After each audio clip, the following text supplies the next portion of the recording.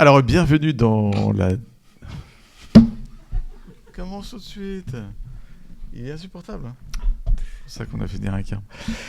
Bienvenue à la 10e rencontre d'Orvieto. Ce soir, nous allons parler, puisque nous venons d'entrer dans le carême hier, nous sommes jeudi après les cendres, nous allons parler du carême, avec donc un regard biblique tout d'abord, avec le frère Baptiste Sauvage, donc Carme qui est ici à Toulouse, qui est de retour parmi nous. Donc bienvenue, frère Baptiste. Et puis ensuite, le père Jean nous illuminera de sa science à propos du sacré et du religieux, à partir de réflexions du père Serge Thomas Bonino, un dominicain.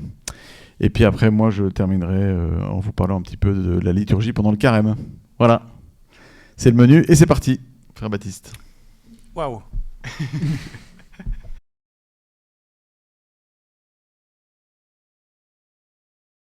Donc, carême dans les Écritures.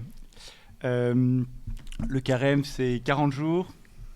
C'est aussi le désert. Donc, je me suis dit qu'on pourrait partir de cette thématique du désert pour voir ce que, justement, les Écritures nous disent. En fait, quand vous dites 40 jours dans les Écritures, vous pensez tout de suite à épreuve. Ou 40, c'est le signe de l'épreuve. Donc, 40 ans au désert, 40 jours de jeûne, 40 jours de... Oui, c'est ça, de Jésus au désert aussi, hein, tenté par le diable à la fin, etc. Il y en a un autre de 40 jours qui est plus difficile à savoir, à connaître. Un temps d'épreuve de 40 jours. Là, c'est une colle. Tout de suite, ça commence par des colles. Je sais pas, livre de Samuel, non? Il n'y a pas 40 jours Peut-être. après le combat. Non, c'était un truc encore plus dur que je pensais. Oui, effectivement. Il y a 40 jours Goliath. Non, c'est bien. 40 jours Goliath qui jette le défi. Non, mais bravo. Celui-là, j'y pensais pas. Bah ouais. Non, là, c'est un 40 jours encore plus dur. Il y a le déluge aussi. Bien. En fait, ce qui est pas facile dans le déluge, c'est qu'il y a deux récits qui sont entremêlés. Et il y a un récit qui vous dit que le déluge dure 40 jours et l'autre 1 an. Et comment faire le tri entre les deux? Justement, c'est peut-être bien qu'il y ait deux versions. Mais en tout cas, il y en a une où il est question de ces 40 jours. Et donc, le chiffre 40 est associé à une épreuve, mais aussi à peut-être à un temps de transformation. Voilà. Mais je commence, avant d'arriver proprement à ces 40 jours, j'ai un quart d'heure, hein, c'est ça? Ouais. Donc, je commence juste par voir avec vous ce que la Bible nous dit de ces 40 ans au désert. Parce que souvent, on a l'image qui nous est rapportée par les premiers livres de la Bible, mais les prophètes en parlent aussi, et d'une manière assez contrastée. Par exemple, vous avez une première voix qui est celle d'Osée, et qui rappelle le désert en disant que c'était un temps béni et qu'il faudrait retrouver. Alors, je vous recite ce passage qui est très connu au début du livre d'Osée, et que vous avez entendu. Voilà. C'est pourquoi je vais la séduire, chapitre 2, verset 16. Je la conduirai au désert, et je parlerai à son cœur. Là, je lui rendrai ses vignobles, et je ferai du Val d'Accord une porte d'espérance. Là, elle répondra comme au jour de sa jeunesse, comme au jour où elle monta du pays d'Égypte. Et donc, pour Osée, on est bien des siècles après l'entrée en terre promise, autour du 8e siècle avant Jésus-Christ. Le peuple s'est détourné de son Dieu. Et en fait, que fait Osée? Eh bien, il rappelle cette période du désert pour justement faire se souvenir au peuple de ce temps où il a été comme épousé par Dieu. Vous voyez, donc pour le prophète Osée, c'est un temps où on retrouve cette pureté du cœur pour être épousé par Dieu. On a déjà l'ambiance du Cantique des Cantiques en filigrane, c'est-à-dire l'épouse et la bien-aimée et le bien-aimé qui se rencontrent. Il évoquait aussi dans le Cantique cette notion du désert. Qui est celle-ci qui monte du désert, dit-on dans le Cantique des Cantiques, pour parler justement de la litière de Salomon et des épousailles du roi Salomon. Donc c'est des symbolismes qui seraient trop longs d'analyser en détail, mais vous pouvez retenir ça pour certains, comme pour Osée, mais par exemple aussi pour Jérémie. Je vais juste vous lire tellement c'est beau. C'est le chapitre 2, là aussi, du livre de Jérémie. Donc au début, il est question de ce temps de désert comme un temps de fiançailles. Chapitre 2, verset 2. « Ainsi parle le Seigneur. Je me rappelle l'affection de ta jeunesse, l'amour de tes fiançailles, alors que tu marchais derrière moi au désert. » Donc on a ce peuple, on imagine bien, ce peuple qui, conduit par la nuée, est à l'écoute de la voix de Dieu. Et leur intimité entre Dieu et ce peuple est si profonde que la meilleure image pour en parler, c'est l'image des fiançailles ou des épousailles. Et donc ça, c'est une première voie. Mais les choses ne sont pas si simples, parce que d'autres voix se font entendre, et pour certains prophètes, comme par exemple Ézéchiel, le temps du désert, c'est plutôt le temps de la révolte. Je vous lis Ézéchiel chapitre 20. Ézéchiel chapitre 20. Voilà. Ce jour-là, j'ai levé la main, c'est le Seigneur qui parle par la bouche d'Ézéchiel, vers eux en jurant de les faire sortir du pays d'Égypte vers un pays que j'avais exploré pour eux et qui ruisselle de lait et de miel. Donc la promesse du Seigneur de libérer son peuple et qui normalement devrait susciter l'action de grâce et la reconnaissance. Je leur ai dit, rejetez chacun les horreurs, les idoles qui attirent vos yeux, ne vous souillez pas avec les ordures de l'Égypte. Mais ils se rebellèrent contre moi et ne voulurent pas m'écouter. Aucun ne rejeta les horreurs qui attiraient ses yeux. Ils n'abandonnèrent pas les ordures, les idoles, l'idolâtrie du pays d'Égypte. Voilà. Et donc pour Ézéchiel, mais pour d'autres voix aussi, le désert, c'est pas du tout le temps des fiançailles, mais c'est presque le temps du divorce en quelque sorte, ou en tout cas le temps de l'ingratitude, de l'amertume. Vous voyez ? Et je commencerai bien un peu sur ce paradoxe, parce que c'est souvent d'ailleurs ce qu'on entend dans les prédications de carême, au début du temps du carême, mercredi des cendres, ou le premier dimanche de carême, on entend les prédicateurs dire que c'est un temps de grâce, mais en même temps un temps de combat. Et je pense que c'est bien éclairé par cette expérience du désert par les Hébreux. Ce que disent souvent les exégètes historiques, c'est qu'ils disent c'est plusieurs visions, traditions différentes sur cette époque, avec peut-être des milieux rédacteurs différents. Très bien. Mais en même temps, ces traditions ont été rassemblées dans un seul et même livre qui nous fait voir justement le temps du désert comme un temps contrasté. À la fois un temps de grâce et d'amour intense de la part du Seigneur, tellement fort qu'on utilise le langage nuptial pour en parler, mais aussi un temps d'épreuve et de résistance. Oui. Donc ça, c'est vraiment le premier point que je voulais souligner avec vous. Un double regard sur une même période pour nous faire comprendre le paradoxe de ce qui se vit au désert. Voilà. Et peut-être pour mieux essayer de comprendre ce paradoxe, je vous propose d'essayer de comprendre ce que signifie le terme « épreuve ». En fait, en hébreu et puis même en grec, c'est un même mot qui est utilisé pour désigner ce que nous traduisons par « épreuve » d'un côté et « tentation » de l'autre. Ce qui a fait s'arracher les cheveux à tous les traducteurs français, en particulier pour la traduction du Notre Père. Puis d'ailleurs, enfin, on n'est pas d'accord, tout le monde se bat, etc. C'est parce qu'en fait, il y a un seul mot. Donc en hébreu, c'est nassa, en grec, c'est perasmo, on s'en fiche. Retenez juste que c'est juste un seul mot. Et ce qui est très intéressant, c'est que pour les mêmes épisodes, on va parler de la même épreuve, une fois comme étant suscitée par Dieu, et d'autres fois comme étant une tentation du démon. Et alors là, on s'arrache encore plus les cheveux. Vous voyez, je réponds au premier paradoxe par un deuxième paradoxe. Et en réalité, il y a quelque chose de profond à comprendre derrière cette ambiguïté volontaire. Je vous donne juste des exemples.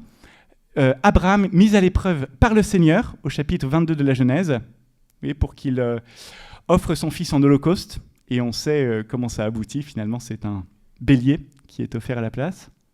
Mais dans la relecture de cet épisode, dans un livre qu'on appelle le livre du Jubilé, en fait, on dit que c'est un esprit mauvais qui tente Abraham.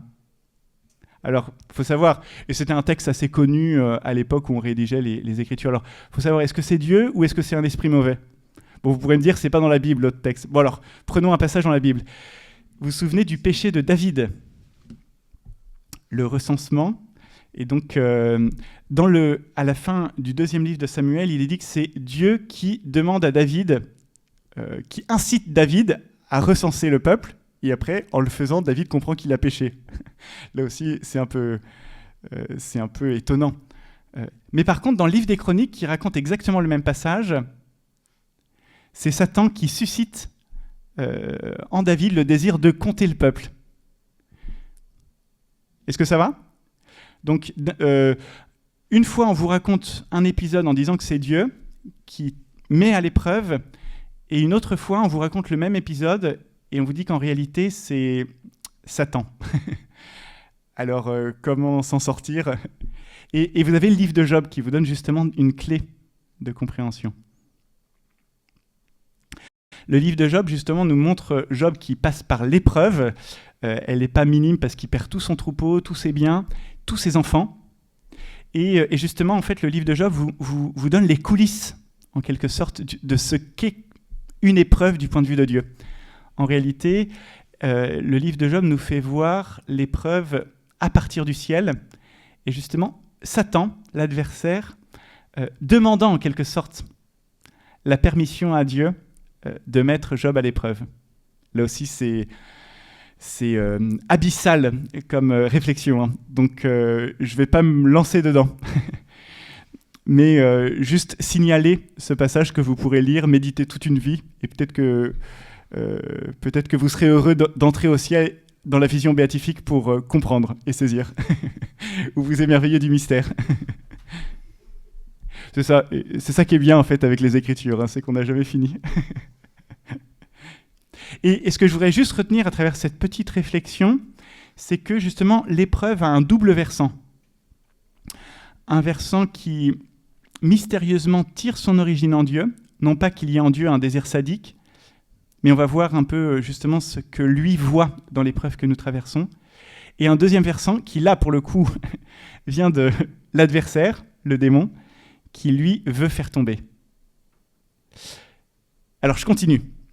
Parce que justement, quel est l'enjeu de l'épreuve, puisque c'est de ça dont il s'agit au désert en fait, hein. Eh bien, Moïse en parle dans le Deutéronome. Je vous lis un des plus beaux passages du Deutéronome. Chapitre 8, verset 2.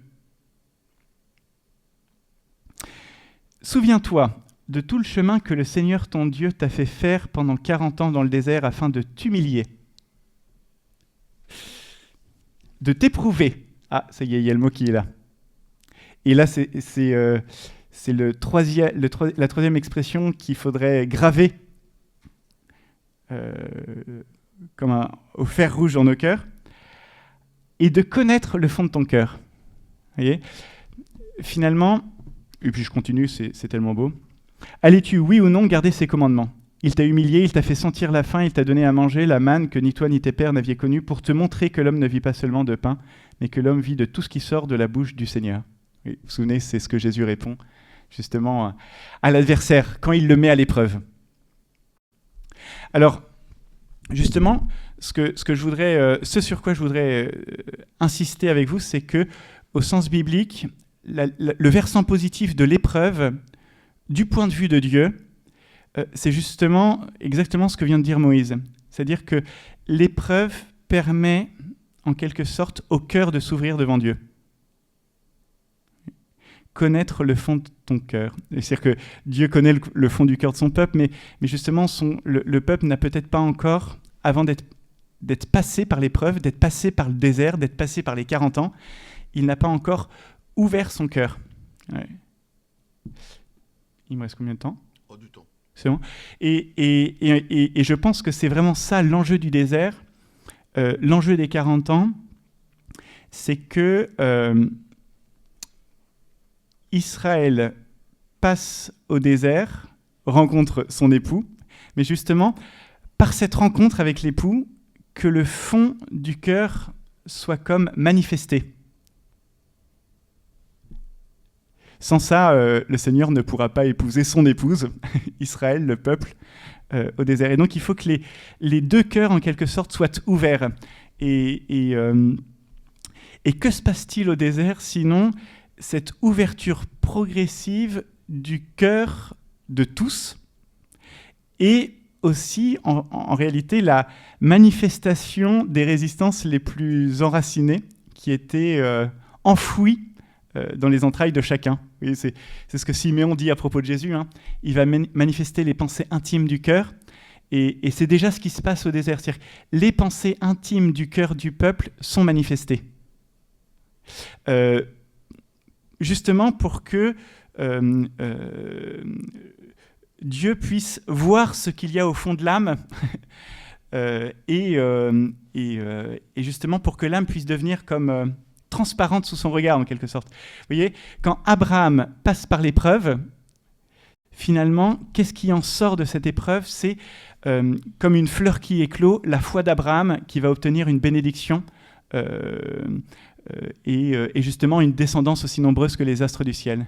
Voyez, donc Abraham passe par l'épreuve et qu'est-ce qui est manifesté? Le fond de son cœur, c'est-à-dire un fond obéissant qui, après c'est ce que dira l'Épître aux Hébreux, qui a une telle confiance en Dieu qu'il croit que même Dieu peut ressusciter son fils de la mort, en fait, qui sait en quelque sorte que son Dieu est le Dieu de la vie et donc qui va jusqu'au bout de l'offrande. Voilà. Et quand Job passe par l'épreuve, qu'est-ce qui en sort? Eh bien, c'est le fond de son cœur aussi.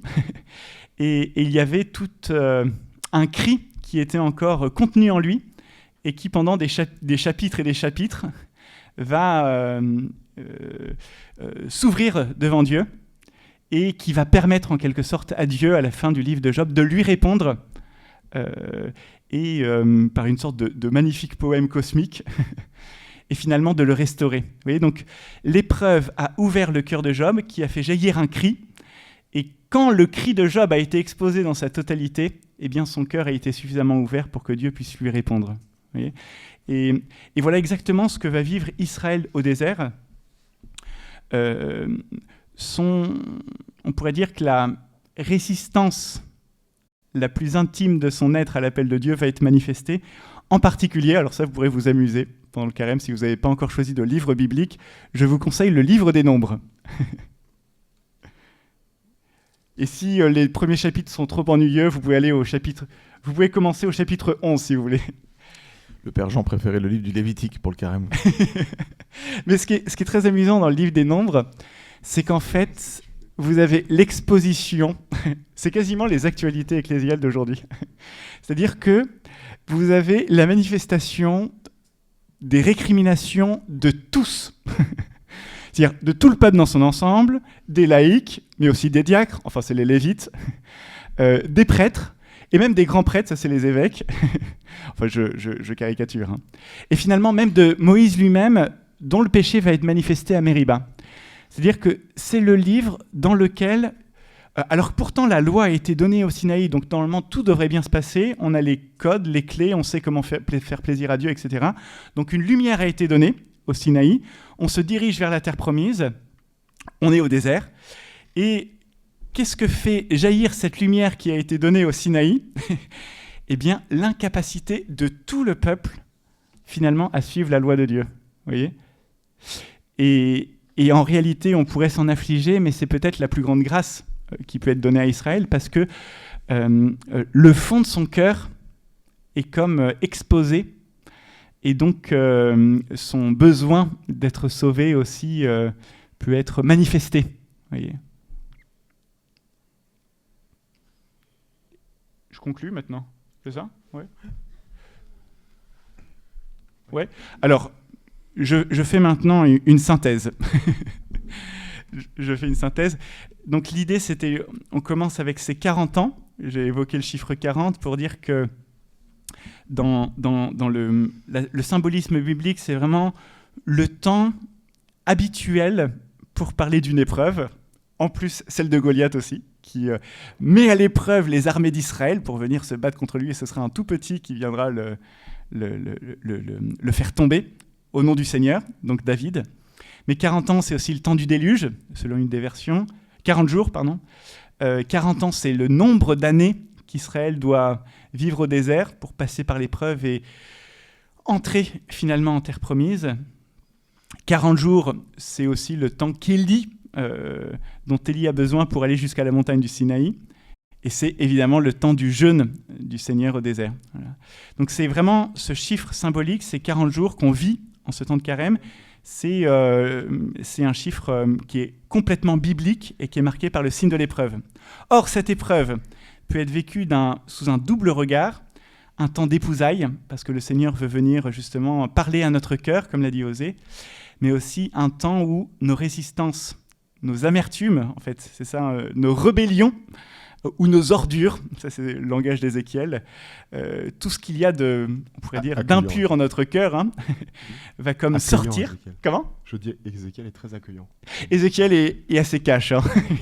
je vous lisse un petit peu le tableau, hein, parce que si je parlais aussi cash qu'Ézéchiel, je crois que je serais même censuré par l'Arcom. Ici, on est assez libéré de l'Arcom. Oui, c'est ça. Et donc, ou par YouTube, s'il s'est repassé par YouTube. Charles dit ça, mais il coupe beaucoup. Vous voyez, donc chez les prophètes, il y a ce double aspect, désir de Dieu de nous épouser, mais aussi manifestation de nos rébellions. Et finalement, ce double aspect, il est contenu dans le terme même d'épreuve. Vous voyez, Nissa ou éprouver ou peiresmon, ça c'est la tentation ou l'épreuve en grec. Et un même mot, en fait, contient ces deux notions, à la fois positive et négative. Négative parce que celui qui veut nous faire tomber, c'est l'adversaire, l'ennemi, contre qui nous luttons avec le Christ. Mais positive dans le sens où, mystérieusement, selon les plans de sa providence qui nous dépassent, et sans que cela ne légitime en rien le mal qui est causé, puisqu'il n'y a pas l'ombre du mal en Dieu, il n'est que lumière, il n'y a pas de ténèbres en lui, dira Jean. Mais la dimension positive de ce terme d'épreuve, c'est justement ce désir qu'a Dieu de connaître le fond de notre cœur, c'est-à-dire de faire sortir en quelque sorte notre intimité ou justement ces zones les plus enfouies en nous, en pleine lumière. Voilà. Que tout ce qu'il y a en nous puisse lui être comme exposé, en bien ou en mauvais d'ailleurs. Hein. C'est de ça dont il a besoin pour nous sauver. Et justement, 40 jours au désert, c'est, avec le Christ, c'est au sens biblique ce temps où justement notre cœur éclot en quelque sorte devant Dieu et on pourrait dire même le fumier peut devenir un engrais pour permettre justement à la grâce de germer en nous. Donc un temps d'épreuve béni, d'épreuve quand même aussi. Voilà ce que je pourrais balbutier avec quelques paroles bibliques. Mais je laisse la place aux gens sérieux, c'est-à-dire aux théologiens et aux dogmaticiens. Alors moi, avant que vous réfléchissiez à des questions, avant qu'elles sortent du fond de votre cœur, moi j'ai déjà une question pour vous, frère Baptiste. Pourquoi, si c'est au fond du cœur, Dieu qui sonde le fond, les reins et les cœurs, pourquoi il a besoin que ça sorte? Il sait très bien ce que j'ai au fond du cœur. Oui, c'est ça. Et là, je pense que c'est justement toute l'éducation. Enfin, parce je peux utiliser des termes connus, l'éducation de notre liberté, etc. Mais je prendrais bien plutôt l'image, le verbe qui est utilisé par Dieu en Genèse 2, enfin par le narrateur pour dire ce que fait Dieu avec Adam en Genèse 2, c'est-à-dire qu'il pétrit, il façonne en quelque sorte comme on pétrit, comme le potier façonne à partir de l'argile un pot. Eh bien, le Seigneur pétrit en quelque sorte sa pâte pour former un homme, et justement le péché vient briser en quelque sorte ce terreau d'argile que le Seigneur a façonné, et connaître le fond de notre cœur, c'est, on pourrait dire, tout ce long travail, parce que c'est ça, cette rupture de l'alliance d'Adam en quelque sorte dans l'Éden avec la femme, finalement a atteint l'homme dans les profondeurs les plus intimes de son être. Et donc il y a tout un travail d'apprivoisement mutuel et de rééducation de l'homme pour vivre sous le regard de Dieu. Et je pense que dans l'esprit biblique, connaître le fond du cœur, comme le dit Moïse, ça signifie justement tout ce travail de Dieu et de l'homme et tout ce temps qui est nécessaire pour qu'il puisse se retrouver après un long temps. Donc évidemment, Dieu sait déjà ce qu'il y a au fond du cœur, mais il faut que l'homme lui aussi en prenne conscience et collabore activement à cette ouverture de son âme devant Dieu qui le cherche. Alors j'ai ma deuxième et dernière question. C'est un peu ballot de la part de Dieu d'avoir trouvé un moyen pour que le fond du cœur ressorte. C'est un peu l'idée que vous expliquez là. Ce même moyen est celui qui peut nous faire tomber aussi parce que le Satan s'y engouffre. Pourquoi ne pas trouver un autre moyen positif sans risque de tomber dans le ravin? Oui, c'est excellente question. Hein, ça, c'est le genre de question qu'on pourra poser au Seigneur dans la vision béatifique. et c'est clair que là, on est face au... Déjà, ce serait un peu court de dire que c'est le moyen que Dieu a trouvé. Par exemple, la manière dont c'est présenté dans le livre de Job, c'est plutôt le moyen qui se présente en quelque sorte, parce que vous vous souvenez, pour ceux qui l'ont lu, c'est-à-dire qu'il y a une sorte de grande assemblée céleste avec les fils des dieux qui sont rassemblés, et puis il y a le Satan qui vient et qui dit qu'il vient de rôder, de parcourir toute la terre, comme s'il était à la recherche d'une proie, comme le dira Pierre plus tard, une proie à dévorer. Et puis, et justement, le Seigneur lui dit « Oui, très bien, mais tu as vu mon serviteur Job ?» Et c'est là que Satan expose en quelque sorte un défi. Tu l'as entouré d'une haie, mais si tu la brises, je suis sûr qu'il va te renier, etc., te maudire en face. Et donc, on voit bien que quand même la décision de mettre Job à l'épreuve ne vient pas de Dieu directement, mais de l'ennemi. Donc, il y a cette liberté que Dieu donne à ce serpent des origines, lui-même, après, c'est justement les grands théologiens qui nous l'expliquent, hein, lui-même étant créé libre et bon à l'origine et s'est détourné de Dieu. Mais donc, on va dire que c'est pas tant le moyen que Dieu trouve, mais que la victoire qu'il remporte sur le mal qu'il regrette, et même la vengeance de Dieu sur le mal, c'est d'en triompher et d'en faire surgir un bien que certains diront plus grand encore. C'est ça, donc en fait c'est un peu Dieu qui transforme l'essai et de cette situation mauvaise peut en faire surgir un bien. Exactement. Et puis on pourrait peut-être dire aussi, je sais pas, hein, mais qu'il n'y a pas que dans la tentation ou l'épreuve que le fond du cœur peut se révéler aussi. Bien sûr, mais j'ajouterais volontiers avant la chute, dans ce sens où effectivement c'était la destinée de, on pourrait dire jusqu'à Genèse 2, effectivement le cœur est ouvert à Dieu et se présente à lui sans résistance. Mais il me semble que justement à partir de Genèse 3... le récit du péché originel. Genèse 3, oui, c'est ça, pardon, le récit du péché originel. Et à l'exception de l'Immaculée Conception,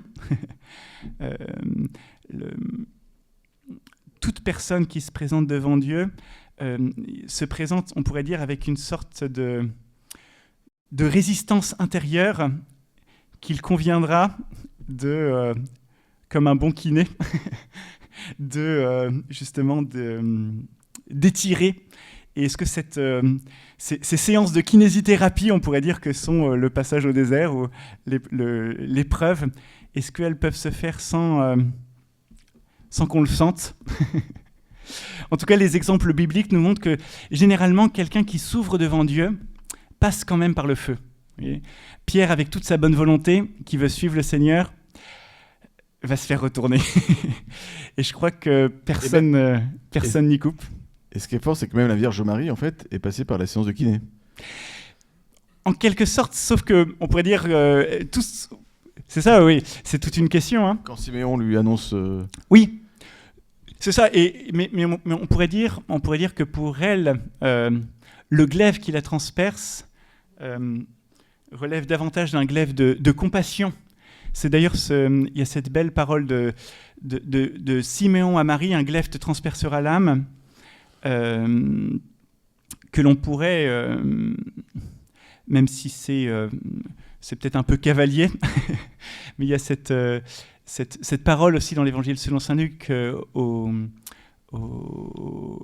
femmes de Jérusalem, filles de Jérusalem, ne pleurez pas sur moi, mais sur vous et vos enfants. Et comme si justement Jésus, au moment où le glaive transperce l'âme de sa mère, hein, au moment de la passion, est en train de dire aux femmes de Jérusalem, de révéler que justement le véritable enjeu de ce qui est en train de se passer, les pleurs finalement vont être des pleurs pour ces enfants de Jérusalem qui n'accueillent pas le message de paix que Jésus est venu leur transmettre. Et donc je verrais bien justement ce glaive qui transperce l'âme de Marie comme justement à la lumière de cette parole de Jésus aux filles de Jérusalem, c'est-à-dire tu vas souffrir, tu vas pleurer, mais tu vas pleurer justement sur ces enfants, sur ton enfant, sur ces enfants ou ces filles de Jérusalem qui n'accueillent pas le message de paix. Donc pas tant une séance de kiné pour elle, la Vierge Marie, que cette fille de Sion qui, par ses pleurs finalement, appelle la conversion pour un peuple qui refuse le message de paix de son fils. On est devant des mystères. Hein. Ouais. Non, merci beaucoup. Quelles sont les autres questions pour le frère Baptiste ? Tout simplement, dans notre Père, le mot tentation. Bien sûr. Alors, on le répète chaque semaine ou plusieurs fois par jour, mais est-ce qu'on peut tout simplement entendre par là aussi ne nous laisse pas subir d'autres épreuves? Excellente question, et redoutable aussi. Hein. Parce que c'est vrai, ça a été la traduction a été encore modifiée. Il y avait « ne nous soumets pas à la tentation », « ne nous laisse pas entrer en tentation », on dit maintenant. Dans l'ancienne formule, c'est « ne nous laisse pas succomber à la tentation ». Et ce qui est intéressant, c'est que dans chacune de ces traductions, on se focalise beaucoup sur le verbe qui précède, entrer, succomber, etc. J'aurais tendance à dire qu'en réalité, il faudrait peut-être se focaliser aussi sur le terme, peirasmos, ou peirasmon, c'est-à-dire l'épreuve en tant que telle, qui justement, dans le sens biblique, a ces deux dimensions. Donc l'épreuve au sens positif, révélation du fond du cœur, mais dans ce sens-là, on se demande pourquoi Jésus nous demande de ne pas la demander, puisque c'est le bien que Dieu est capable de tirer de l'épreuve. Et l'autre sens, qui est le nôtre justement, enfin celui que la traduction française a choisi, qui est celui justement de tentation, auquel cas on comprend mieux qu'effectivement on demande en négatif de ne pas entrer, succomber dans la tentation, c'est-à-dire nous éloigner de Dieu. Voilà. Donc ça serait le premier point, et ce qui donnerait plutôt l'impression que Jésus, à la suite par exemple de Jacques dans son épître, qui revient sur cette question et qui dit que l'épreuve ou la tentation ne vient pas de Dieu mais de notre propre convoitise. Donc peut-être que quand Jésus aussi enseigne ce Notre Père, il se situe justement à la fin de toute cette réflexion d'Israël et va donner à ce peirasmos ce sens plutôt négatif qui est celui de la tentation par laquelle lui-même est passé, puisqu'il l'a vécu au désert avec Satan, qui le met à l'épreuve. Voilà. Le Père le permettant. Voilà. Donc, ce serait une première piste de réponse qui irait plutôt dans le sens qu'on traduit plutôt pas mal tentation, tout en sachant que, en gardant ce mot, on garde aussi l'idée que Dieu peut en faire sortir un bien, c'est-à-dire cette révélation du fond du cœur qui permet à Dieu de s'unir à nous. Autre aspect aussi, ce qu'il faut peut-être... ce dont il faut peut-être se souvenir, c'est que ce Notre Père, il est vraiment pétri de tout un tas de réminiscences bibliques, et en particulier justement les réminiscences du désert, du passage par l'Exode. Donne-nous le pain de ce jour, évidemment on pense à la manne, etc. Que ta volonté soit faite sur la terre comme au ciel. Bon, on pense au don de la loi, de la Torah, remets-nous nos dettes. On a toute la législation cultuelle par laquelle les péchés sont remis, etc. Vous voyez, donc Jésus, quand il enseigne cette prière, il est vraiment un fils d'Israël et il se situe dans cette catégorie justement de la mémoire du désert. Moïse n'arrête pas de dire « souvenez-vous », etc., de cette période-là. Voilà. Et je dis ça juste pour ouvrir peut-être une autre piste d'interprétation, c'est-à-dire « ne nous fais pas entrer », donc c'est vraiment le verbe « entrer » qui est utilisé, hein. Donc « ne nous fais pas entrer en tentation », c'est aussi, la tentation, c'est aussi Massa, et Mériba. Donc, ce sont des lieux, géographiquement on a du mal à les situer, au désert en tout cas, qui évoquent ce moment de la vie d'Israël où ce n'est pas Israël qui a consenti à passer par une épreuve, mais c'est Israël qui a mis le Seigneur à l'épreuve. Vous voyez, notamment en demandant de l'eau, etc., en ne croyant pas qu'il pourrait être provident même dans le désert. Oui. Et peut-être ne nous fait pas entrer dans l'épreuve, c'est aussi une demande qui rejoint un peu ce que Moïse dit en Deutéronome 8, le fameux passage que je vous ai lu. Non, 6, c'est un petit peu avant. « Tu ne tenteras pas le Seigneur ton Dieu ». Et que Jésus reprend quand il est tenté au désert. C'est-à-dire, ne pas entrer en épreuve, c'est aussi peut-être ne pas murmurer contre Dieu. Murmurer qui est l'attitude exactement inverse à celle qu'on vient d'exposer, parce que l'enjeu de l'épreuve, on l'a dit au sens positif, il faut à chaque fois mettre des précisions. L'enjeu de l'épreuve, c'est cette révélation du cœur avec tout ce qu'il a, même d'impureté, mais face à Dieu. Le murmure et la mise à l'épreuve de Dieu, c'est l'attitude exactement inverse. C'est-à-dire, le murmure, c'est justement être rempli en quelque sorte de pensées mauvaises en soi, sans les exposer à Dieu.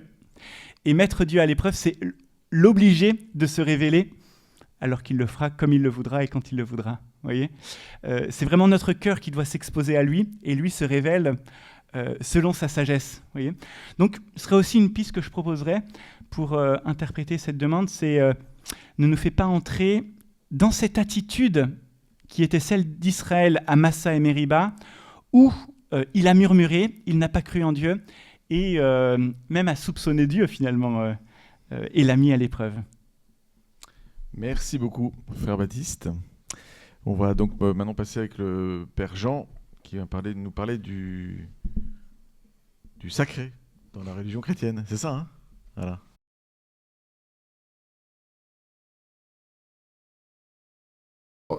Ce que je vais vous dire maintenant là a pas immédiatement de rapport avec ce que vient de nous dire le frère Baptiste, mais ça introduira peut-être à ce que dira tout à l'heure Charles à propos de la liturgie du carême.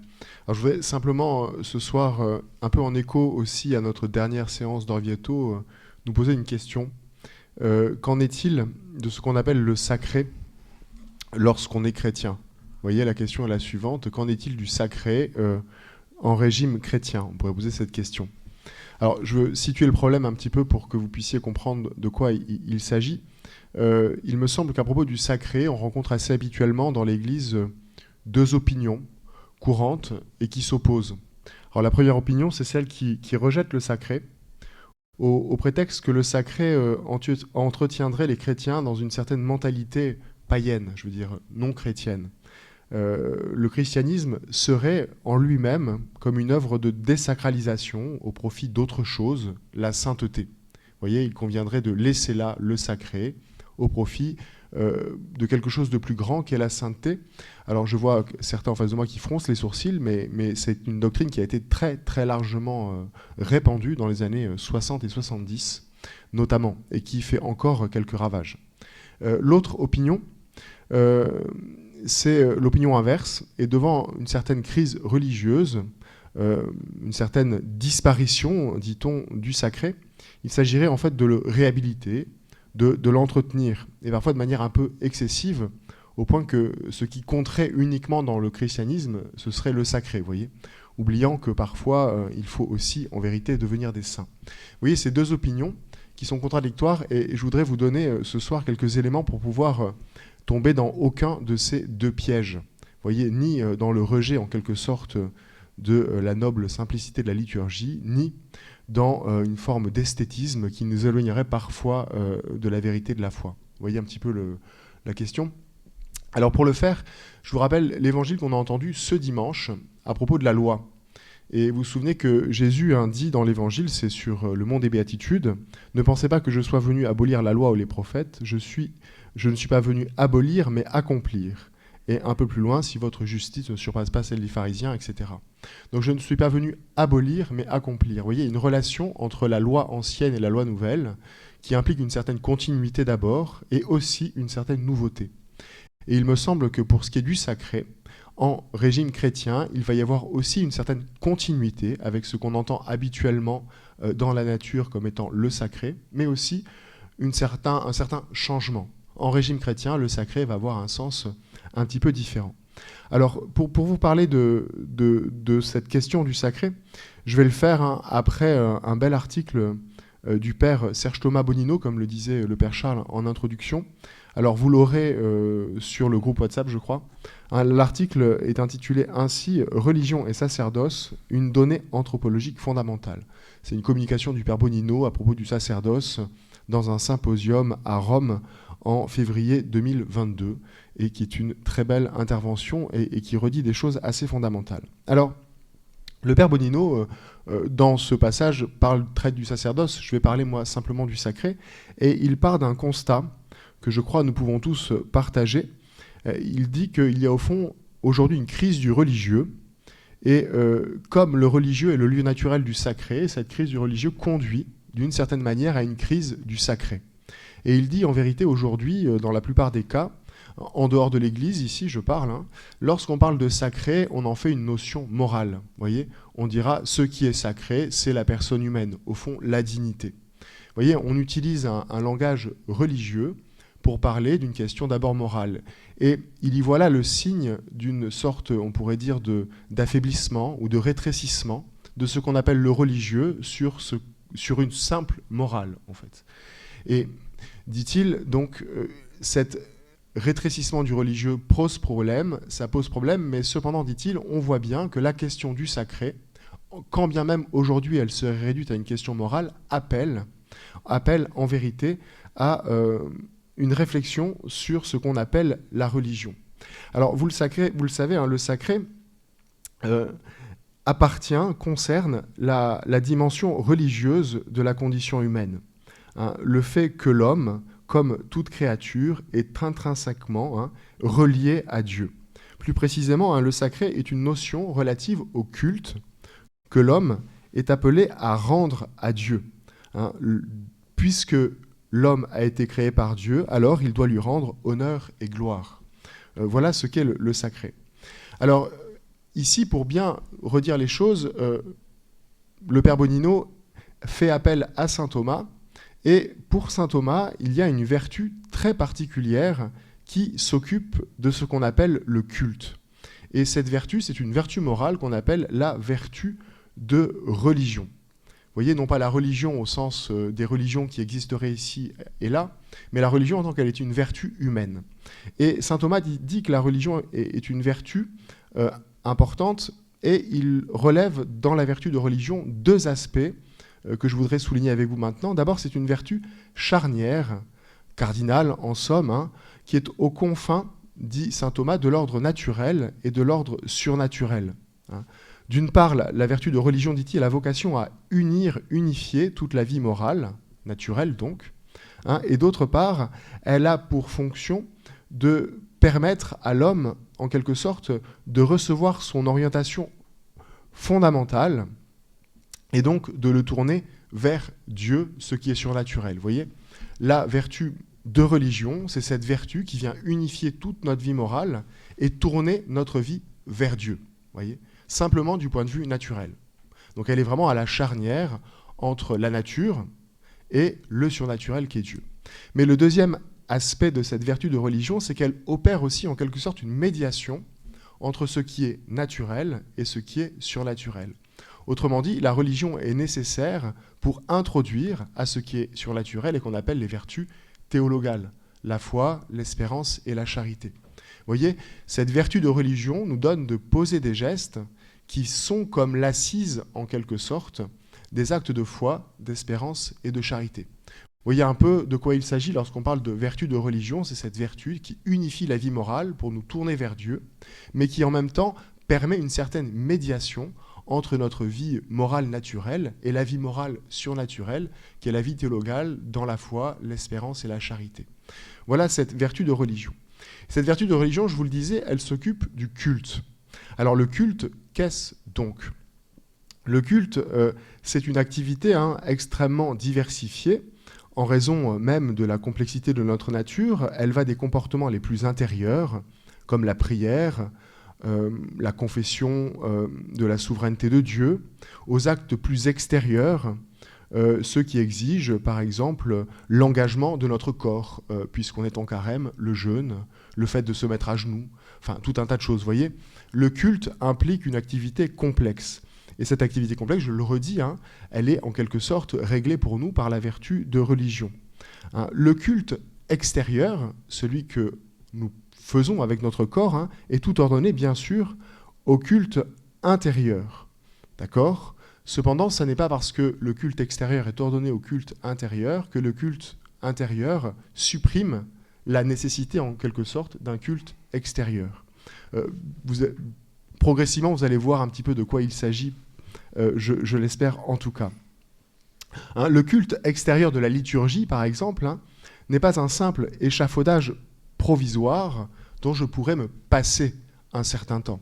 Il est absolument nécessaire pour le culte intérieur. Vous voyez ?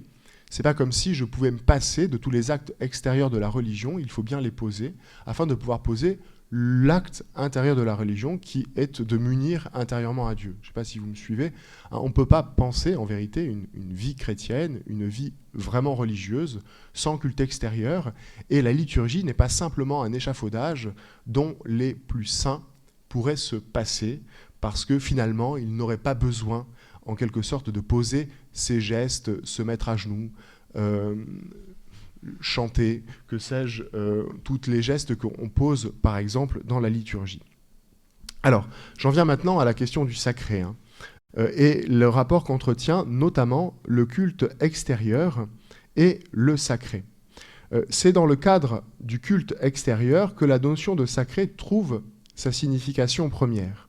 En effet, le culte extérieur, social, est comme un langage, c'est-à-dire un système de signes, à travers lesquels la communauté qui célèbre le culte dit qui est Dieu pour elle, qui est ce Dieu auquel elle rend un culte, et en même temps qui dit quelle est la relation qu'elle entretient avec ce Dieu.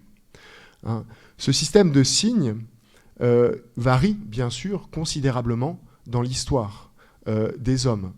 On ne rend pas un culte à Dieu de la même manière dans l'ancien Israël et aujourd'hui. Sans doute, les gestes sont-ils différents.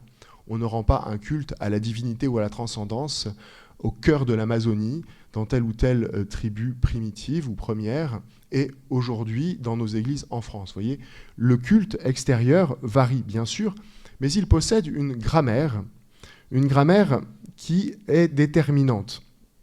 Et cette grammaire, on pourrait dire que c'est précisément la notion de sacré.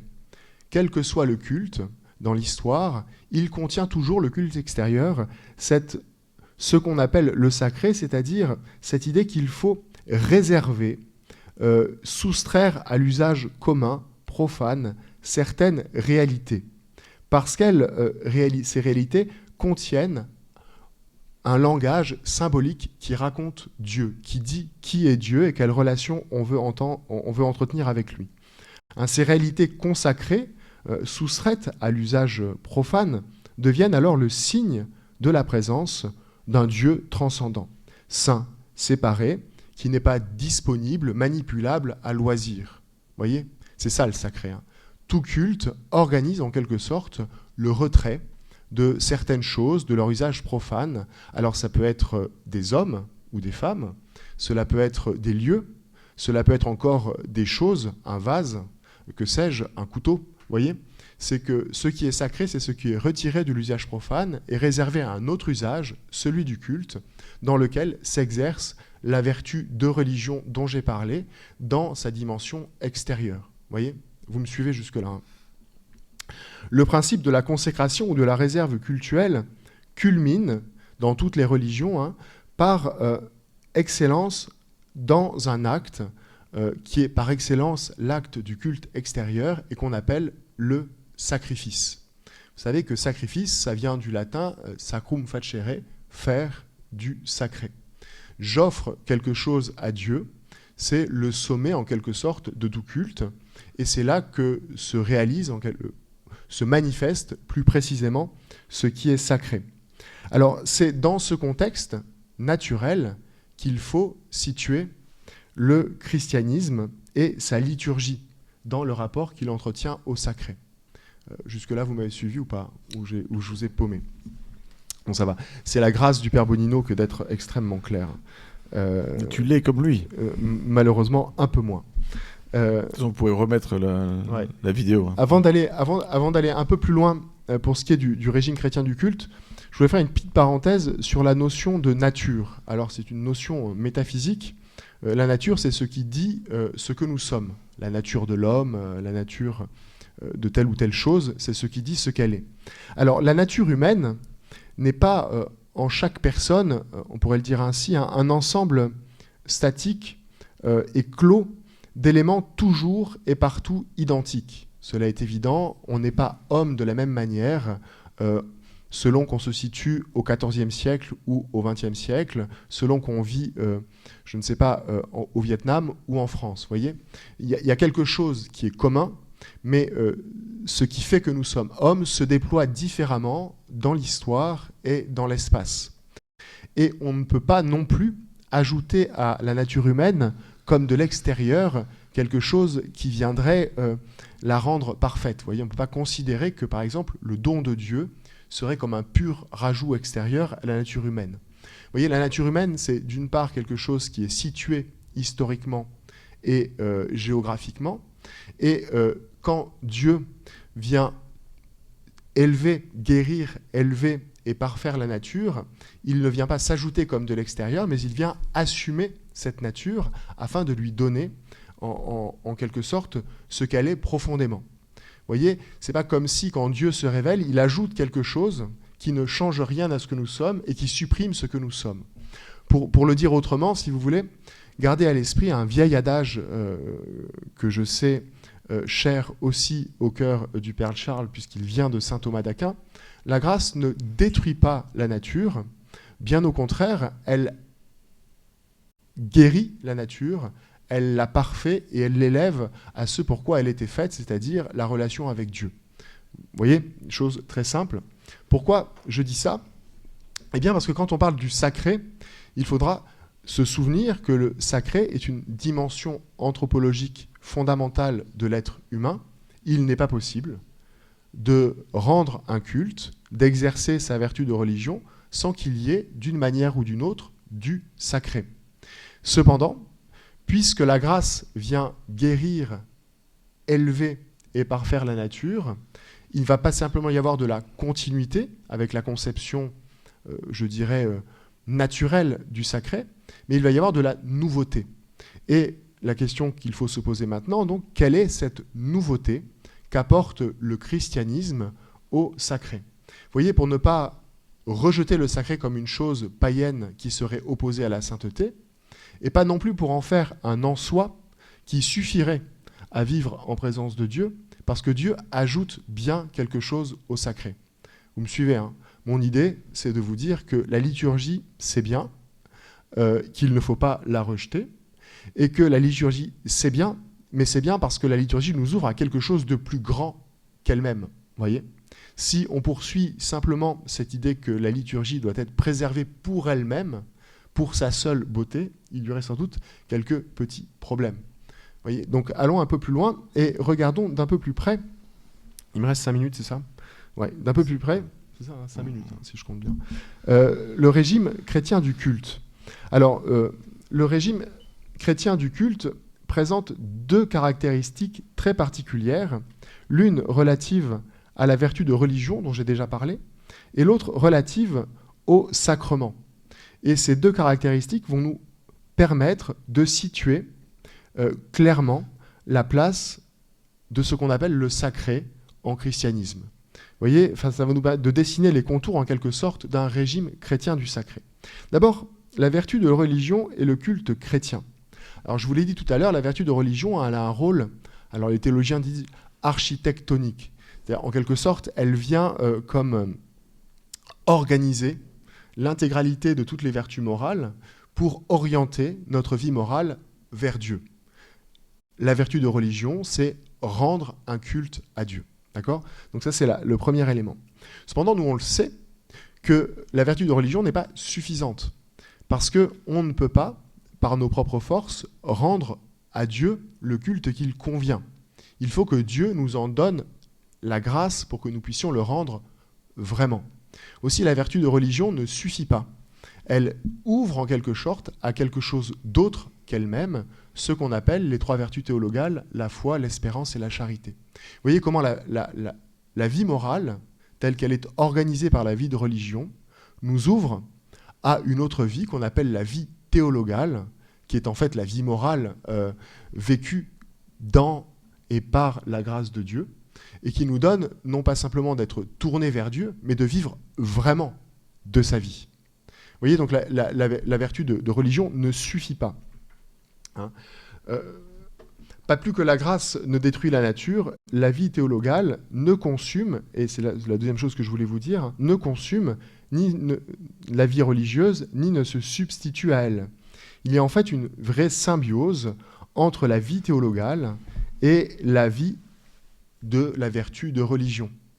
Ce que je veux simplement dire ici, c'est que tous les gestes, tous les actes intérieurs et extérieurs de la vertu de religion sont absolument nécessaires à la vie théologale, la foi, l'espérance et la charité. Autrement dit, il n'y a pas de sainteté morale sans vertu de religion.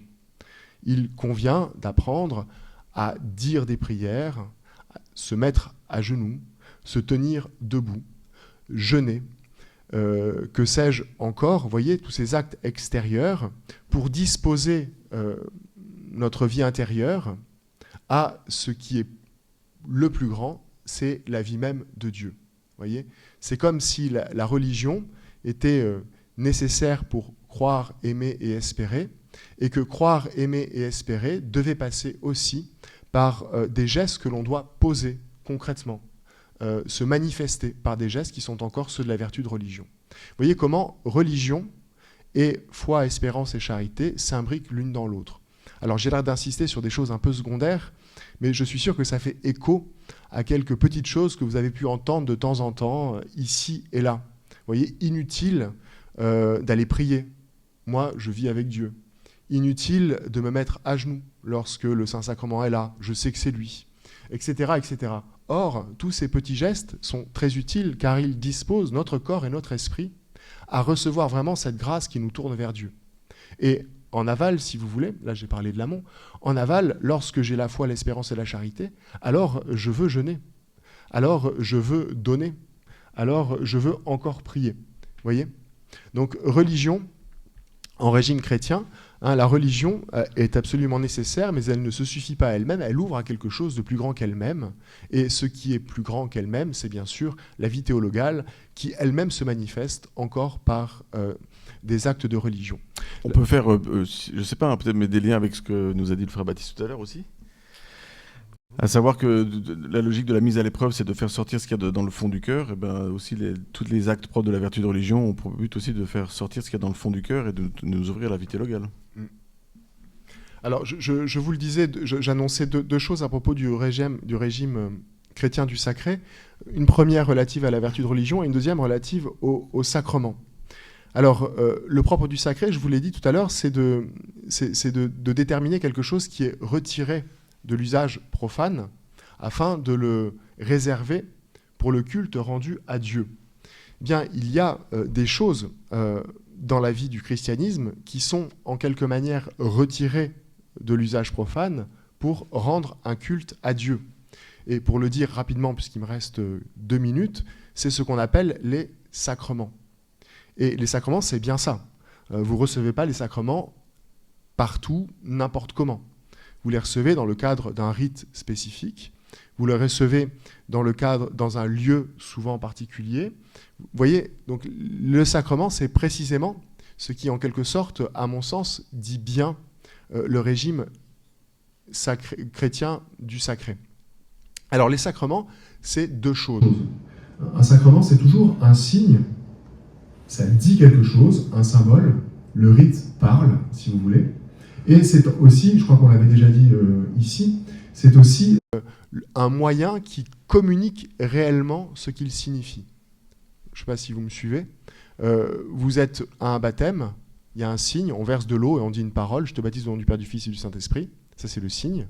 Et il y a ensuite, ce signe communique effectivement ce qu'il signifie. Celui qui reçoit le baptême devient vraiment enfant de Dieu. Il reçoit une grâce. Vous voyez ? Donc les sacrements signifient et causent la grâce. Ils sont mis à l'écart pour signifier et causer. Et la signification des sacrements, elle est très particulière. Et elle est assez différente en vérité de ce que signifie habituellement le sacré dans les autres religions. Pour nous, les sacrements, ils signifient à la fois la transcendance de Dieu.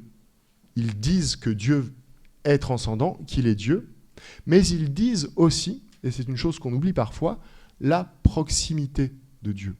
Donc dans les sacrements, vous avez comme de manière assumée ce paradoxe que Dieu est à la fois transcendant et en même temps, par son incarnation, il s'est fait le plus proche de chacun d'entre nous.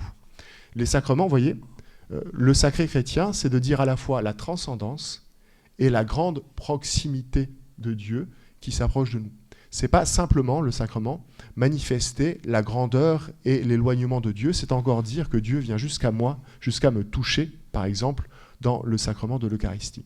Ça, c'est la première chose. Et deuxième chose, et je m'arrêterai là, les sacrements communiquent quelque chose qui vient de Dieu.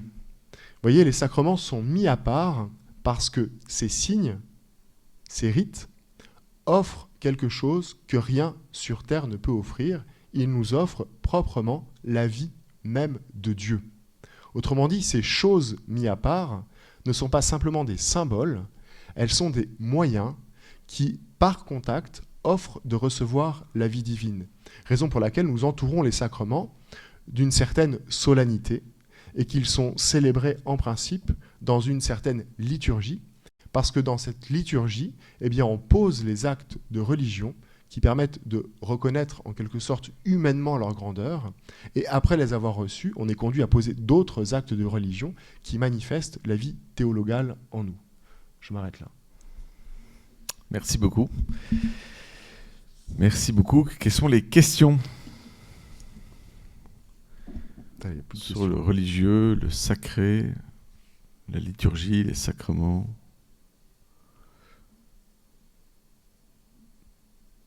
Il n'y a pas de tradit ce soir. Ça se voit.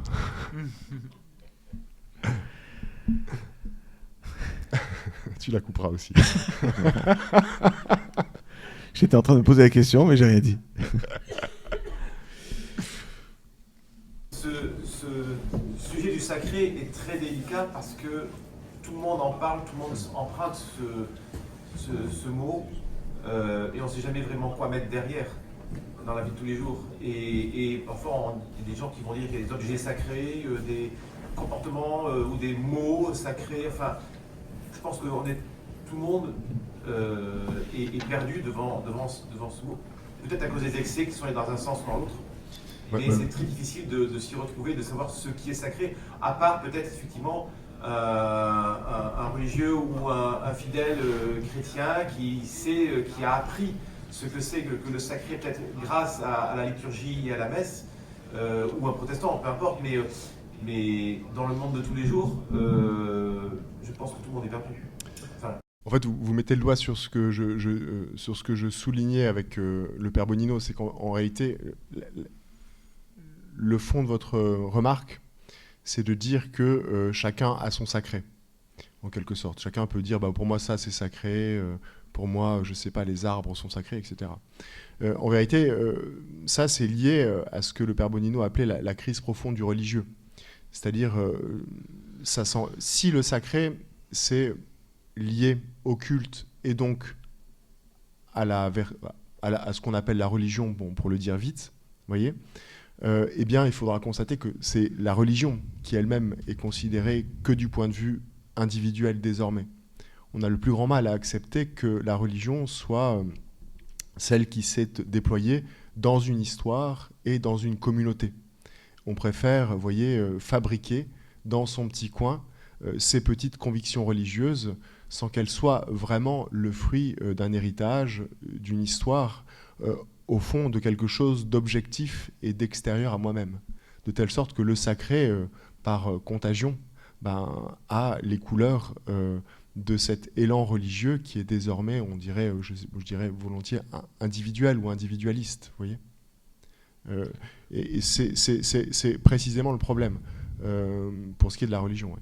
Donc la religion, enfin, j'ai parlé de la vertu de religion comme une vertu individuelle, mais j'ai bien rappelé que cette vertu de religion, elle se déploie dans ce qu'on appelle l'humanité, et que l'humanité, par nature,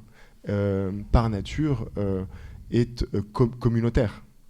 Et que donc cette vertu de religion doit se déployer dans une communauté et offrir quelque chose d'objectif sur lequel je n'ai pas tout de suite et complètement la main. Vous voyez, donc je pense que ce que vous soulignez, c'est plus un problème d'héritage lié à l'absence en fait de religion partagée. Je dirais, et je te laisse la parole, qu'on n'est pas à l'abri de tout ça, hein, nous les fidèles chrétiens. On a tendance à se fabriquer nos petites religions.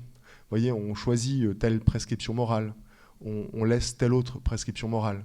Et même, je ne sais pas si je peux parler de mes confrères, hein, tu couperas peut-être au montage, mais il semblerait que parfois dans la liturgie, on assiste très souvent à du bricolage aussi. Je choisis ce qui convient, j'enlève ce qui finalement ne convient plus, vous voyez, parce que j'ai telle conception de telle chose, quoi. Vous voyez, la liturgie...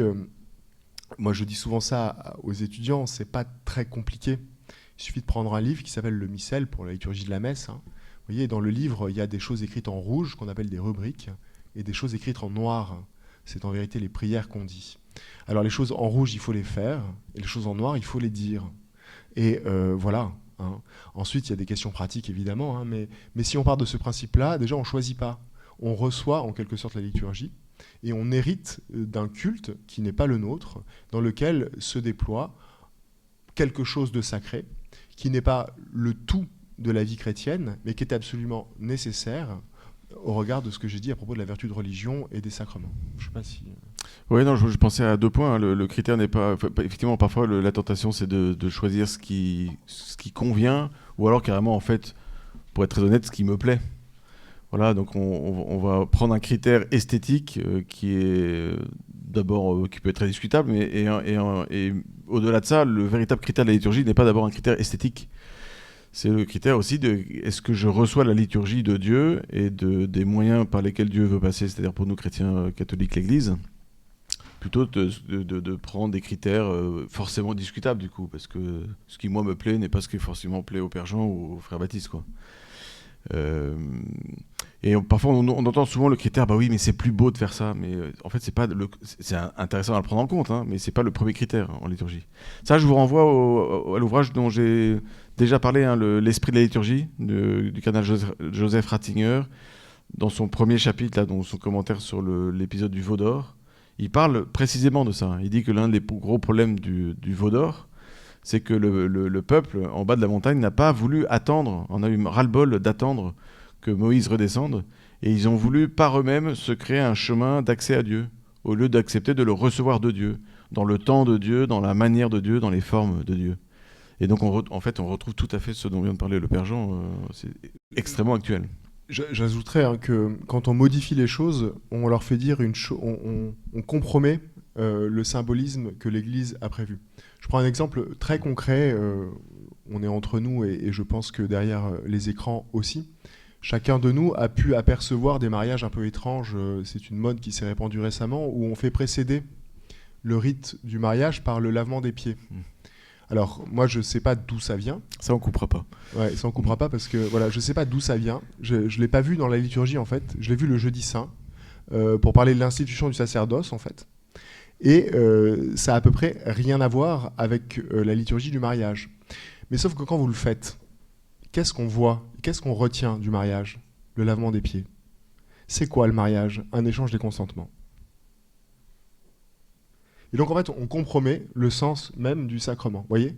Et on choisit de sacraliser quelque chose. Enfin, moi, je le dis avec une certaine clarté.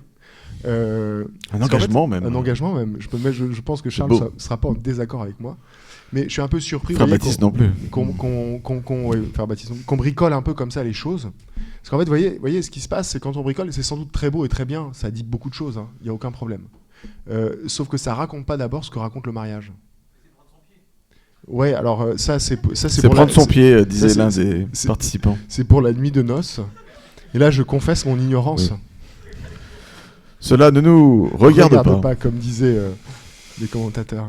Mais vous voyez, j'ai pris cet exemple-là parce qu'il est assez frappant, mais il y en aurait bien d'autres. Hein. Un autre exemple, par exemple aussi, hein, parfois il y a des gens qui veulent faire un mix de l'ancien rite et du nouveau, du Vetus Ordo et du Novus Ordo dans la messe. Donc il y a différentes gammes de gens qui seront plus ou moins tradis entre guillemets, donc ils vont vouloir Saint Pie V transformer en rite Saint Pie V le rite Paul VI. Et donc on va remettre des rubriques d'avant parce que ça fait mieux quoi. Mais en fait, comme le disait le Père Jean, suivre le livre, c'est très bien en fait. C'est apaisant. On le suit pour une bonne raison. C'est qu'en fait, ça dit quelque chose du mystère de Dieu et de notre obéissance filiale à l'Église aussi. Oui, puis même ça raconte, ça dit quelque chose du mystère de Dieu, de l'obéissance filiale à l'Église, et c'est de cette manière-là, formé par ce que dit Dieu par l'intermédiaire de son Église, qu'on peut alors s'associer pleinement à ces sacrements, de telle sorte que on peut rayonner de foi, d'espérance et de charité, puisque c'est ultimement fait pour ça. Vous voyez ? Donc pas de dialectique mortifère entre le sacré et la sainteté, et pas d'oubli du sacré au profit de la sainteté, et pas non plus d'esthétisme outré du sacré, qui serait aussi, je crois, dangereux pour la sainteté. J'insiste. Voilà. Eh bien, merci beaucoup, Père Jean. Donc, je vais passer à la dernière partie qui sera plus courte, normalement, sur donc, les différentes étapes. On ne dira pas pourquoi. Oui, par charité. Sur certains aspects donc, de la liturgie du carême.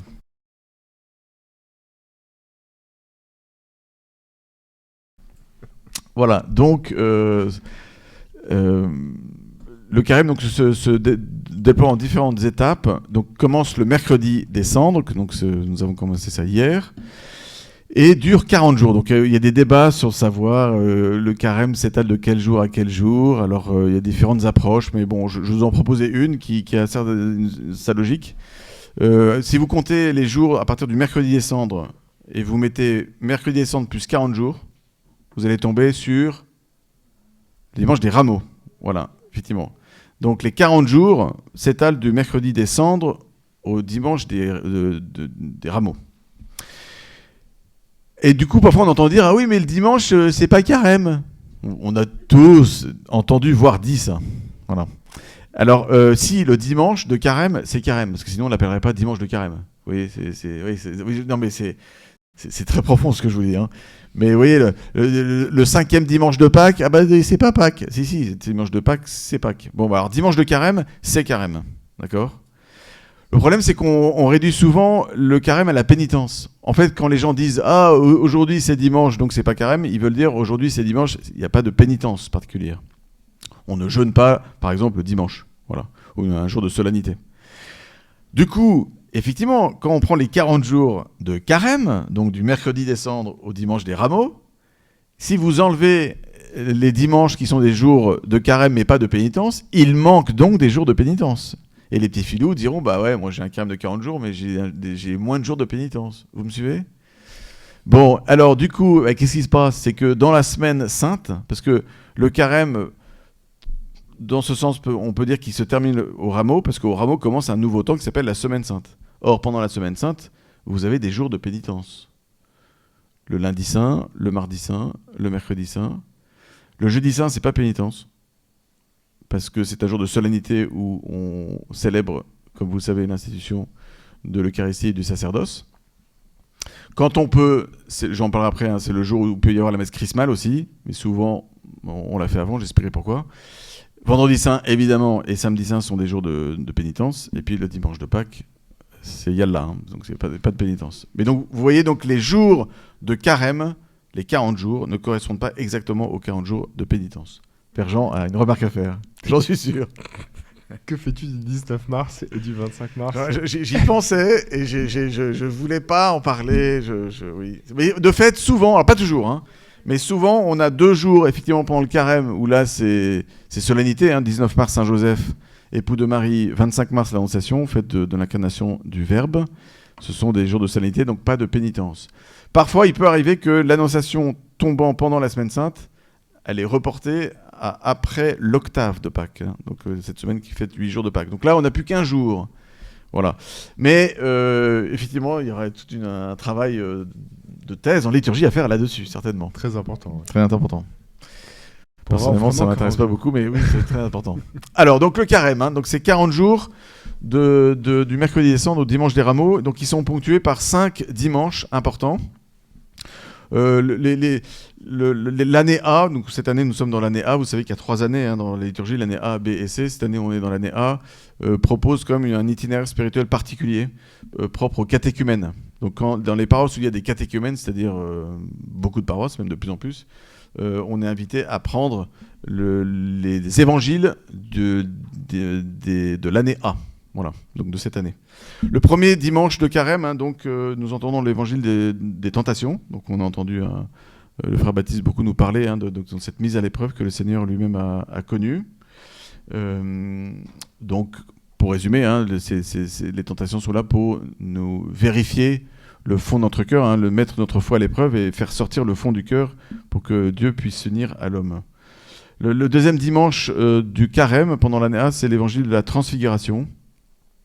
Hein, où le Christ va préparer ses apôtres, 3 de ses apôtres, et à travers eux tous les apôtres et toute l'Église, à cette vision avec Dieu. Hein. Le but de la passion et de la résurrection, c'est d'être unis à Dieu et de le voir pour toujours, et d'être unis pour toujours avec lui.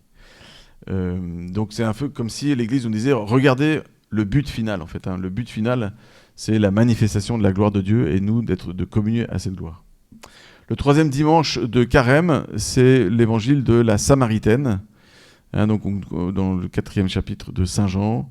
Nous connaissons bien hein, ce passage où il y a tout un itinéraire de vie spirituelle en fait hein, dans cet évangile, où Jésus va éveiller une soif nouvelle dans le cœur de cette femme. Il va se mettre à sa portée, hein, donne-moi à boire. Il lui montre qu'il n'est pas question simplement de boire de l'eau naturelle, mais c'est surtout ces fleuves d'eau vive qui vont jaillir dans le cœur de cette femme et que le Seigneur veut faire jaillir dans le cœur de chacun pendant le temps du carême. Et puis, il va la conduire après à cette conversion aussi de son comportement. Hein, va chercher ton mari. Alors, elle dit, en fait, l'homme avec qui je suis, c'est pas ton mari. Elle en dit un petit peu, comme vous savez. Jésus répond, bah oui, effectivement, tu dis vrai. L'homme avec qui tu vis n'est pas ton mari. Puis, en fait, on a eu 5. Bon, il est sympa, Jésus, hein, vous remarquerez, puisqu'il lui dit, tu dis vrai, alors qu'elle a dit qu'une petite partie de la vérité. Et puis, Jésus déroule le reste. Jésus veut donc la conduire aussi à une conversion morale aussi. Voilà, c'est pas uniquement au niveau de la foi. La conversion passe aussi dans la conversion du comportement, le changement de comportement. Et puis ensuite, il va la conduire hein, vers cet esprit d'adoration en vérité hein, que le Père recherche.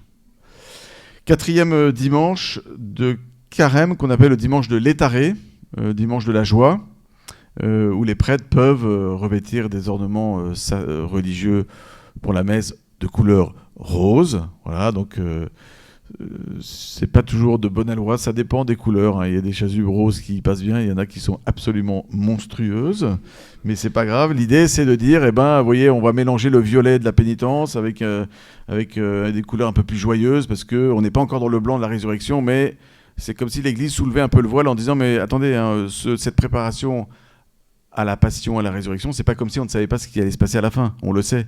D'ailleurs, on va vous le montrer.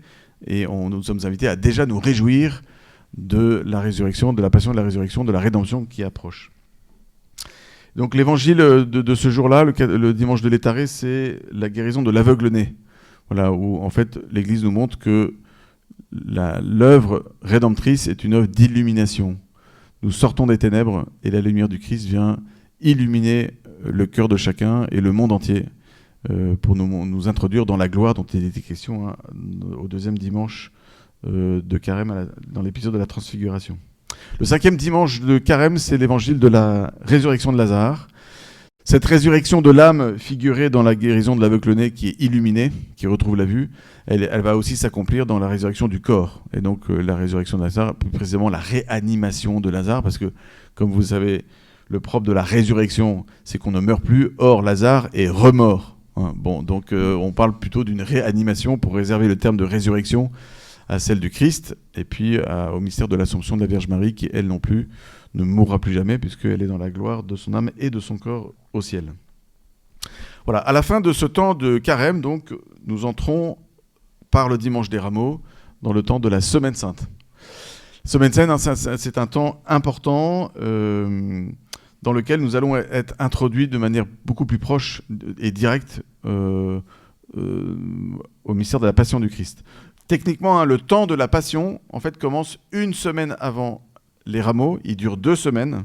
Le temps de la Passion commence le 5e dimanche de Carême et va s'étaler pendant 2 semaines jusqu'au dimanche de la Résurrection. Donc, dans ce temps de la Passion, vous avez la 5e semaine de Carême, puis la Semaine Sainte. Donc, il commence par les Rameaux, où, comme vous savez, l'entrée du Christ à Jérusalem, acclamée par ceux qui, 5 jours plus tard, le crucifieront. Au milieu de la Semaine Sainte, vous avez un moment important qui est la messe chrismale, juste avant le début du Triduum pascal. La messe chrismale, c'est un moment très important où l'évêque réunit tous les prêtres autour de lui, où tous les prêtres sont invités. Le presbyterium est appelé à se réunir autour de l'évêque dans chaque diocèse. Et au cours de cette messe, les prêtres renouvellent leur promesse sacerdotale. Donc c'est très important pour nous, les prêtres, de vivre ce moment-là. Et c'est toujours très sympathique, enfin c'est pas le meilleur des mots, mais spirituellement encourageant pour nous de voir les laïcs aussi participer à cette messe chrismale, parce que c'est un peu notre anniversaire d'ordination en fait, que nous célébrons à chaque année, où nous renouvelons nos promesses auprès de l'évêque qui nous pose cette question, les questions essentielles de notre ordination. Je vous rappelle que par l'ordination diaconale et sacerdotale, nous nous sommes engagés au célibat pour le royaume, à l'obéissance à l'évêque et à ses successeurs, et à la prière de la liturgie des heures. Le bréviaire, nous avons 5 offices par jour, depuis donc l'ordination diaconale. Pendant la messe chrismale aussi, l'évêque consacre le Saint-Crème, qui sera utilisé donc pour la confirmation, pour le sacrement de l'ordre, donc les prêtres, ceux qui sont ordonnés prêtres et évêques reçoivent le Saint-Crème aussi, et puis il est utilisé au baptême aussi, donc comme rite complémentaire. Après avoir reçu le baptême, vous vous souvenez, le prêtre ou le diacre ou l'évêque met du Saint-Crème sur le front de celui qui vient d'être baptisé. Et pour consacrer des autels. Et pour consacrer les autels, tout à fait. Ça, donc c'est l'évêque en général qui le fait, effectivement. C'est assez rare comme célébration. Moi, j'ai jamais assisté à une célébration de consécration d'autel, mais effectivement, c'est assez impressionnant. Voilà. C'est une liturgie très particulière. Et puis aussi, l'évêque bénit les huiles, donc l'huile des catéchumènes, et puis l'huile qui sera utilisée pour le sacrement des malades. Voilà, donc il y a une consécration pour le Saint-Crème, et puis une bénédiction pour l'huile des catéchumènes et l'huile des malades. Voilà, donc c'est un moment assez important, comme je disais, d'unité du presbytérium autour de l'évêque, et puis donc de prière pour tous les fidèles qui recevront en fait les sacrements. Voilà. Alors, en général, quand on peut, mais c'est rare. Mais la messe, l'idée, c'est que la messe chrismale soit le plus proche possible du Triduum. À Rome, l'évêque de Rome, le pape, célèbre la messe chrismale le matin à 9h à la basilique Saint-Pierre. Mais souvent, pour des raisons pratiques, dans certains diocèses, c'est compliqué pour les prêtres d'être à la fois présents autour de l'évêque le jeudi matin et puis de commencer les célébrations du Triduum le jeudi après-midi ou jeudi soir. Voilà. Je pense notamment à des pays où les diocèses sont très étendus, où les moyens de transport sont très compliqués. Il peut être nécessaire de faire 2, 3, 4, 5 heures de voiture pour aller de sa paroisse à la cathédrale. Voilà. Donc dans beaucoup de diocèses, de fait, la messe chrismale n'a pas lieu le jeudi saint, juste avant le Triduum, mais elle a lieu les jours qui précèdent. Moi, je viens du diocèse de Lyon. Pendant tout un temps, la messe chrismale avait lieu le mardi saint. Et le cardinal Barbarin a décalé ça au mercredi saint pour justement quand même essayer de rapprocher le plus possible la messe chrismale du Triduum. Voilà. À Toulouse, la tradition, c'est d'avoir la messe chrismale le lundi saint. Oui. Marseille aussi, c'est lundi saint. Voilà. En fait, chaque évêque fait comme il souhaite. Un petit commentaire, Jean ? Non. Je suis sûr que tu avais plein de bonnes blagues à dire là-dessus sur la date du lundi saint à Toulouse. Non. Non, d'accord. Voilà, donc ça c'est pour la messe chrismale. Ensuite, donc commence le Triduum. Donc les 3 jours, Triduum, les 3 jours saints, qui forment en fait une unité liturgique. C'est pas 3 moments liturgiques séparés les uns des autres. En fait, il y a une unité liturgique qui commence le jeudi saint et qu'on manifeste notamment par le signe de la croix au début de la messe du jeudi saint. À la fin du jeudi saint, il n'y a pas de bénédiction des fidèles. Il y a l'adoration du Christ au reposoir, dans le Saint-Sacrement, dans le ciboire. Mais il n'y a pas de bénédiction finale. Le vendredi saint, comme vous savez, à l'office de la Passion, il n'y a pas de bénédiction au début, de signe de croix. Il n'y a pas à la fin de bénédiction de la foule. On repart tous en silence. Et puis le samedi saint, la vigile pascale, on ne commence pas par le signe de croix, mais on terminera cette liturgie pascale par la grande bénédiction solennelle, avec l'Alléluia, Alléluia, Alléluia, comme vous le savez. Donc en fait, l'idée, c'est que la liturgie du Triduum forme une unité totale en 3 étapes. Mais c'est pensé comme une grande célébration qui commence le jeudi saint au début et qui va se terminer pendant la liturgie pascale à la vigie pascale. Le jeudi saint, nous célébrons l'institution de 2 sacrements.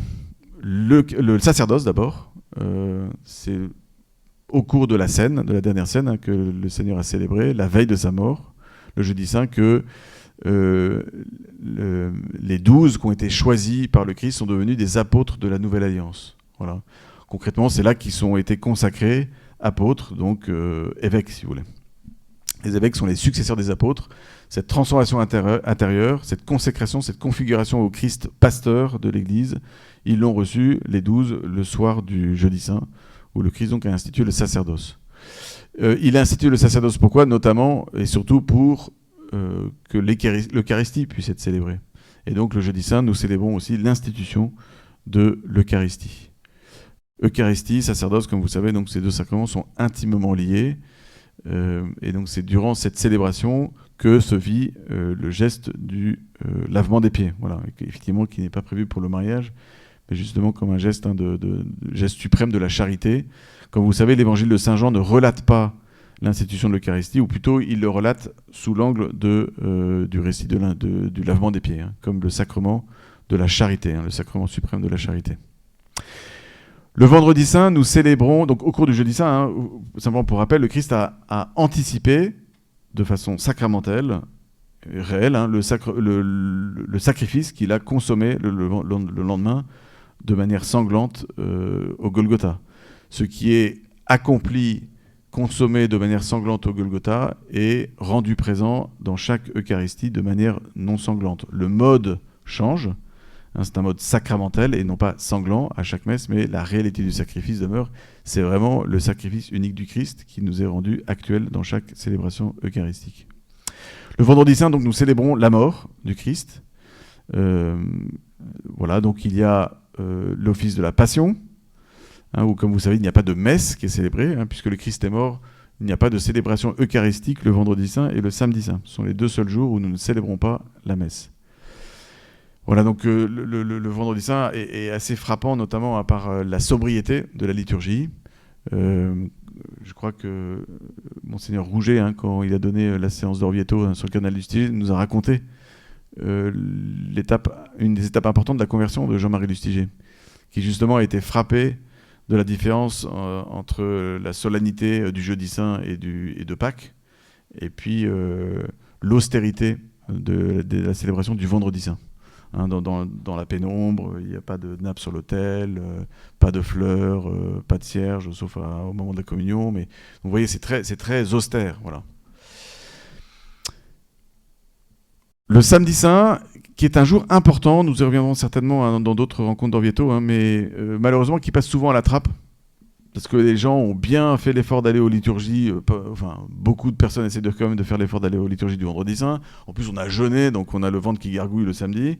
Et on pense assez irrémédiablement, rapidement au samedi soir, en disant ce soir c'est la vigile. Comme s'il y avait une espèce de zone grise, un peu informe, où on ne sait pas trop quoi faire. Le Samedi Saint, c'est un jour aussi important que le Vendredi Saint et le dimanche de Pâques. C'est un des 3 jours saints où nous célébrons le Christ qui est descendu aux enfers. Ce que nous disons dans le credo, le Christ va descendre aux enfers pour visiter le séjour des morts, rejoindre tous ceux qui étaient plongés dans la mort, certains qui étaient dans l'enfer des justes, qui attendaient la délivrance, qui attendaient la lumière qu'ils espéraient voir un jour. L'enfer aussi de ce qu'on appelle le purgatoire. Ceux qui étaient appelés à voir Dieu, mais qui n'étaient pas encore prêts, et qui avaient besoin de cette purification ultime. Et puis l'enfer des impies, qui est toujours existant, parce que l'enfer des impies n'a pas été vidé le Samedi Saint, contrairement à l'enfer des justes, et de ceux qui attendaient une purification, où le Christ les a pris et les a conduits au paradis. Vous vous souvenez de cette icône que nous avons tous vue, qui manifeste la descente du Christ aux enfers et qui vient prendre Adam et Ève, Jésus qui entre dans les enfers, qui tire Adam et Ève de leur tombeau. Et Jésus prend Adam et Ève, non pas par leurs mains, mais par leurs poignets, pour manifester que Adam et Ève n'y peuvent rien à cette rédemption. Nous la devons totalement à l'œuvre rédemptrice du Christ. Donc il nous prend par les poignets et qui nous sort des ténèbres, pour nous conduire justement au paradis. C'est ce que Jésus dit au bon larron, le Vendredi Saint, aujourd'hui tu seras avec moi dans le paradis. Et donc le Samedi Saint, le Christ vient visiter tous les enfers et conduire tous les justes en attente de salut au ciel. Par contre, l'enfer des impies, tous ceux qui avaient structuré leur vie autour de la haine et de la mort, et qui sont morts dans cet état, tous ceux dont l'Écriture parle en termes de tous ceux qui lèchent la poussière et qui ne verront jamais plus la lumière. Ceux-là, ils ont été confondus par le jugement du Christ opéré par sa passion et sa résurrection à venir. Et donc, ils ont été confondus dans leur malice, dit saint Thomas quand il contemple le mystère de la descente aux enfers. La descente aux enfers, le Samedi Saint, c'est un jour aussi important parce que du coup, le Christ va visiter tous nos enfers à nous. Il va visiter toute notre histoire. Ça ne concerne pas simplement tous ceux qui étaient avant le Christ. Ça nous rejoint nous aussi, où le Christ va visiter nos enfers personnels et notre histoire de ténèbres, où il va nous arracher des ténèbres pour nous conduire à la lumière. Le Samedi Saint, enfin, c'est un moment important où nous célébrons la foi. Et la foi de celle qui est le modèle par excellence de la foi, celle de la Vierge Marie. Elle est la seule qui reste debout au pied de la croix et qui croit. Et elle nous éduque dans ce temps où un peu l'histoire est suspendue, où nous attendons la résurrection, où le roi, du coup, le roi de gloire, sommeille dans la paix. C'est pas un jour de tristesse, le Samedi Saint. C'est un jour où la paix commence à venir. On le voit notamment dans le corps du Christ qui ne connaît pas la corruption. Vous vous souvenez le psaume qui dit « Tu n'as pas laissé ton ami voir la corruption ». Le Christ, comme vous savez, repose à la fois le Samedi Saint à la surface de la terre, au tombeau, puisque son corps reste uni par l'union hypostatique au Verbe. Vous savez que les deux natures humaines et divines du Christ sont unies, et la mort n'a pas rompu cette union hypostatique. L'humanité du Christ demeure unie à sa personne, à la personne du Verbe, au Fils, à la deuxième personne de la Trinité. La mort n'a pas cassé cette union.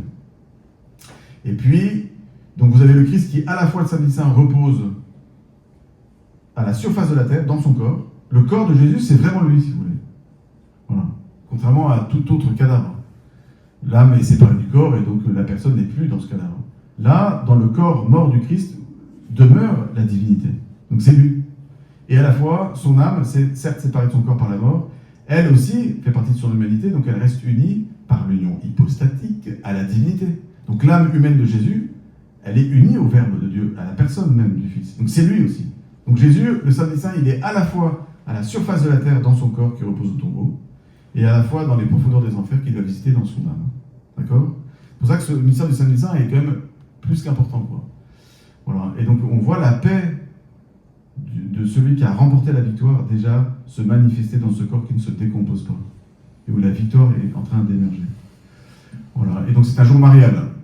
Concrètement, s'il y a un jour où on peut vraiment vivre un temps marial, c'est le samedi saint. C'est pour ça que traditionnellement, sauf s'il y a une fête particulière, le samedi est consacré chaque semaine à célébrer le mystère de la Vierge Marie. Et donc le dimanche, par la vigile pascale, donc se clôture le triduum pascal par la vigile, donc qui est la messe entre toutes les messes de l'année, si vous voulez. S'il y a la liturgie la plus importante pour nous, c'est Pâques et c'est la vigile pascale. Si vous devez choisir entre la vigile pascale et la messe du dimanche matin, franchement, allez à la vigile pascale. D'abord, c'est long, c'est super. On a une énorme traversée dans tous les textes de l'Écriture les plus majeurs qui nous introduisent au mystère de la rédemption.